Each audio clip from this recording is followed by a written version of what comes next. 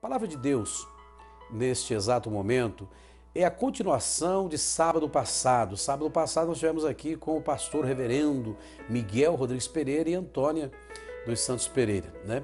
Tivemos uma palavra muito especial, eu tenho certeza que muitos foram abençoados. E nós falamos sobre fé. O versículo que eu quero ler neste momento, juntamente com vocês, é um versículo muito especial. Diz assim, Gálatas, no capítulo 5, versículo 6. Porque em Cristo Jesus nem a circuncisão, nem a incircuncisão tem valor algum, mas o que importa é a fé que opera pelo amor. Em algumas traduções diz assim, nem a circuncisão, nem a incircuncisão tem valor algum, mas a fé que atua pelo amor. Quando a gente fala sobre fé, nós estamos observando algumas coisas acontecendo hoje dentro das igrejas. Pessoas que professam ter uma fé viva, genuína, verdadeira, mas a operacidade dessa fé tem deixado muito a desejar. Pessoas que ainda não entenderam o que é exercitar a fé. Por incrível que pareça, homens como Abraão, os grandes profetas, os maiores, os menores, homens como os próprios apóstolos, que descobriram a essência da fé. A gente, quando começa a falar sobre fé, a gente precisa entender algo muito interessante dentro de uma simplicidade enorme. Porque Jesus veio trazendo essa linguagem, esse mover da fé. Até então as pessoas, elas só ouviam falar de crer. Crer no Senhor. Você precisa crer em Deus, né? A Bíblia diz que Abraão creu em Deus e isso foi lhe imputado como justiça. Nós temos uma ideia, e essa é a verdade, que essa palavra fé, no Velho Testamento apenas duas vezes, em Samuel, 1 Samuel, e depois em Abacuque, que fala sobre a fé. Jesus vem trazendo a linguagem da fé dentro de uma convicção maravilhosa. Dentro do exercício da fé, nós precisamos entender que existem algumas coisas próprias, algumas armas que nós temos para poder colocar a fé em exercício. Se você apenas tiver fé e não buscar os meios para poder exercitar a fé, você não vai conseguir. Por mais que você tenha fé, você pode crer, exercitar a fé, porém, se você não souber exercitar a fé, é como você ter um carro na garagem, pneus radiais, bancos de couro, mas você não tem a habilidade ou a habilitação, melhor dizendo, para poder fazer este carro funcionar. Você pode dirigir o carro, mas você tem que ter habilitação. No sentido da fé, talvez você diga assim, mas não tem nada a ver, tem tudo a ver. Uma pessoa que Deus deu uma partícula de fé e que esta fé, se ela tiver o tamanho de um grão de mostarda, que é um valor simbólico, quando o Senhor falava sobre o grão de mostarda, ele não estava dizendo que era o diminutivo da fé e também não estava dizendo que era o ápice da fé. Pelo contrário, ele estava dando um exemplo dentro de um valor simbólico, se tiveres fé do tamanho de um grão de mostarda. É como uma pessoa que tem um livro que custa R$20, R$30, mas resolveu vender por R$1. Esse R$1 é um valor o quê? Simbólico. Então, quando Jesus estava falando sobre a fé do tamanho de um grão de mostarda, estava falando sobre uma fé simbólica. Dentro desta fé, que ela não é apenas no sentido de que muitas pessoas a pregam, dizendo, olha, você tem que ter fé, tenha fé, mas ninguém ensina a exercitar a fé. Como se exercita a fé? E eu vou lhe mostrar a primeira base dentro desse exercício, o que alavanca esta fé. A primeira coisa que nós precisamos entender é o seguinte, que quem ama exercita a sua fé. O versículo que nós lemos, Gálatas 5,6, é assim, em Cristo Jesus, em algumas traduções, e para Deus, nem circunciso ou pessoas circuncidadas têm valor algum. O que importa é a fé que é operada pelo amor. Paulo diz uma coisa interessante, diz assim, 3 coisas são distintas, a fé, a esperança e o amor. Mas dessas 3, o maior é isso mesmo, amor. Se você consegue exercitar o amor, provavelmente você vai conseguir exercitar a sua fé. Há pouco tempo atrás eu estava na Coreia, fazendo uma campanha, uma cruzada de fé, e de repente colocaram 2 meninos na plataforma. E aquela mãe gritava assim, Moksani, pastor, oh, Sarah Hamidá, eu te amo. E começou a fazer sinais para que eu pudesse orar pelos meninos. Interessante, eu fui orar. Orei a primeira vez, não aconteceu nada, orei a segunda vez, não aconteceu nada, orei a terceira vez, não aconteceu nada. De repente o intérprete disse assim, pastor, deixe para amanhã. Amanhã o senhor pode orar? Olha a fila de pessoas aí para o senhor orar, deixe para amanhã. Eu disse assim, não, se fosse o meu filho, a minha filha, um dos meus parentes, eu não deixaria para amanhã. E então o Espírito Santo veio e falou algo ao meu coração, por que você está orando? Uma das coisas que nós precisamos entender é que Jesus nunca orou para ninguém ser curado, nunca. Você pode examinar as Escrituras, você não vai encontrar. Ele só diz assim, vai, a tua fé te curou. Vai, assim como você acreditou, aconteceu. Vai, a tua fé te salvou. Jesus nunca orou para ninguém ser curado. É proibido orar? Não, nós devemos orar. A oração da fé salvará o doente. Só que no exercício da fé existe uma colocação própria. Nós precisamos entender como funciona a fé. E você está agora talvez aprendendo. E você que já sabe, por que não coloca em prática a sua fé? Porque você não consegue amar. E o exercício desta fé, ela vem acompanhada, recheada do amor verdadeiro. Por que Jesus curava as pessoas? Porque Jesus tinha compaixão das pessoas, ele amava as pessoas de verdade. E eu vou dizer para você uma coisa interessante, aqueles dois meninos, no momento em que eu orei por aqueles dois meninos, não aconteceu nada. E o Espírito Santo falou ao meu espírito, por que você está orando por ele? E eu fiquei ali parado, impactado. O intérprete disse assim, pastor, deixa para amanhã. E eu disse, não, se fosse meu filho, não deixaria para amanhã.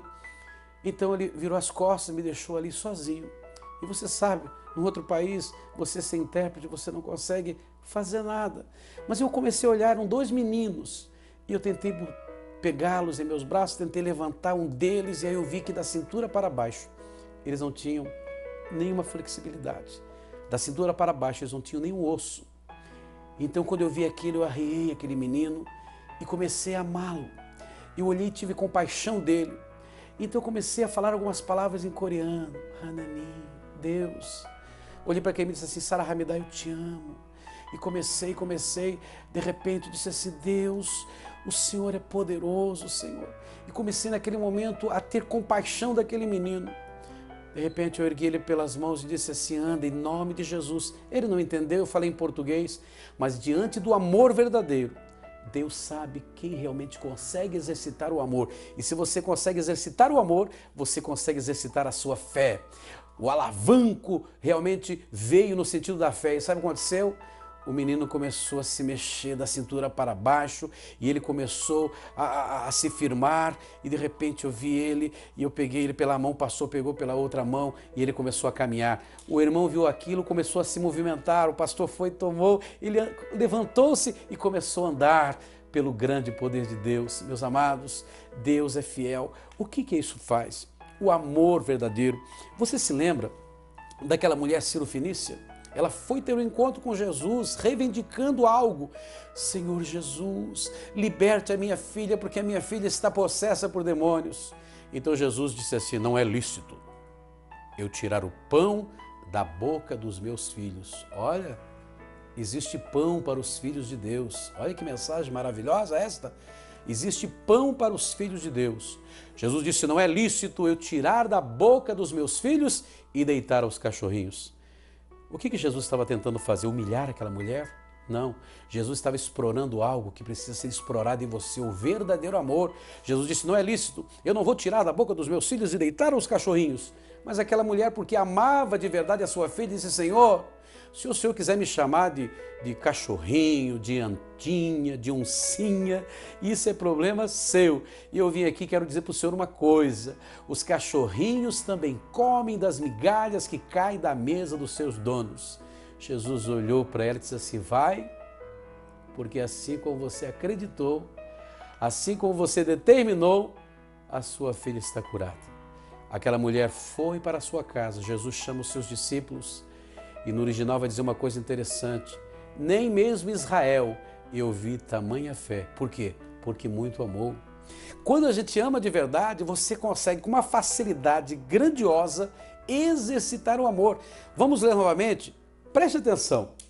Porque em Cristo Jesus nem a circuncisão nem a incircuncisão tem valor algum. O que importa é o amor, a fé que é operada pelo amor. Interessante.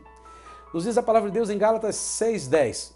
Por isso, enquanto tivermos oportunidade, façamos o bem a todos, mas principalmente o da família da fé. Interessante. E quando você exercita o verdadeiro amor, a fé, ela vem e ela começa a fazer uma obra gloriosa. Eu conheço muitos pregadores que têm uma fé enorme. Meu Deus, você fica impressionado, mas não acontece nada. Por quê? Porque não amam de verdade. Quando você ama de verdade, os milagres acontecem. Se lembra daquele homem que a Bíblia fala, o centurião? Ele comandava 100 soldados, ele vai até Jesus e diz: Jesus, eu vim aqui rogar pelo meu servo. Trabalhava com ele. Eu pergunto para você, qual hoje dos patrões, dos sargentos, capitães, que teriam coragem de deixar sua corporação e ir numa igreja evangélica buscar a bênção para um dos seus soldados que está doente? Sabe o que eles fariam hoje? Vai para a fila do NPS, vai lá para os recursos que nós temos dentro da nossa corporação, mas aquele homem não. Ele foi ao encontro do Senhor Jesus porque ele amava o seu servo e disse: eu vim aqui buscar a bênção para o meu servo. Interessante que Jesus disse assim: então vamos lá. Ele disse: ah, Senhor, eu não sou digno de que tu entres debaixo do meu telhado. Eu tenho muitos soldados, eu digo a este vai, ele vai, aquele vem, ele vem.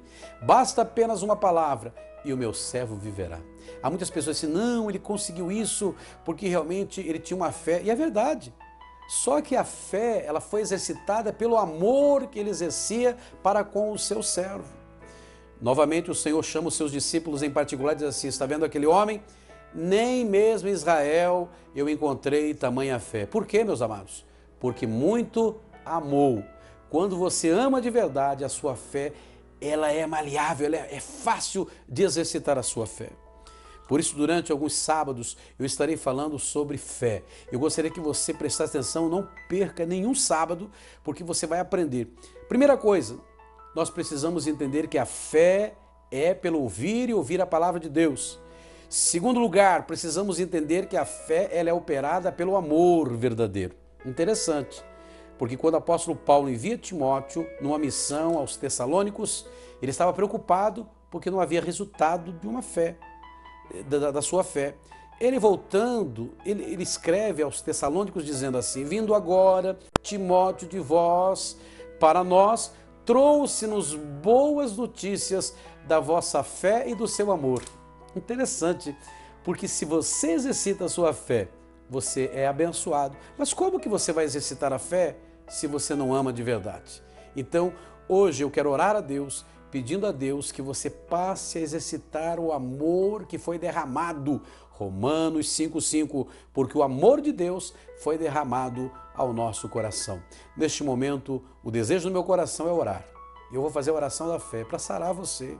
Esse amor que está tão minorado, tão envergonhado, tão acabrunhado, este amor que parece que é só de boca para fora, mas que no coração não existe. Você, quando vai orar pelas pessoas, você tem compaixão por elas? Você tem desejo de vê-las curadas? Você olha uma pessoa na cadeira de roda e você tem apenas pena, não compaixão. Ai, Deus, o Senhor tem que curar, Deus. O Senhor tem que curar, Deus, porque olha ele aí, Senhor, e chora na presença de Deus. Olha ele na cadeira de roda, Senhor. Irmãos, isso não move as mãos de Deus. O que move a mão de Deus é quando você ama aquela pessoa. Jesus, repito, tinha compaixão da multidão. Ele alimentava, ele se preocupava. Há muitos pastores, me desculpem, há muitos pastores que terminam o culto, não querem saber de orar pelo povo, vai embora rapidinho, sai pela porta dos fundos. Por que Deus não está operando maiores milagres na sua igreja? Amigos de ministério, tomemos cuidado com isso, façamos tão somente a nossa parte, vamos sim ser um instrumento da vontade de Deus, amando de verdade. Sábado que vem eu quero continuar essa mensagem e tenho certeza que você vai aprender. Eu vou orar por você agora. Você pode colocar aí a sua mão no receptor.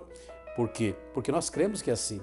Eu não conheço talvez o seu problema, mas por amor, porque eu sei que você está sofrendo muito.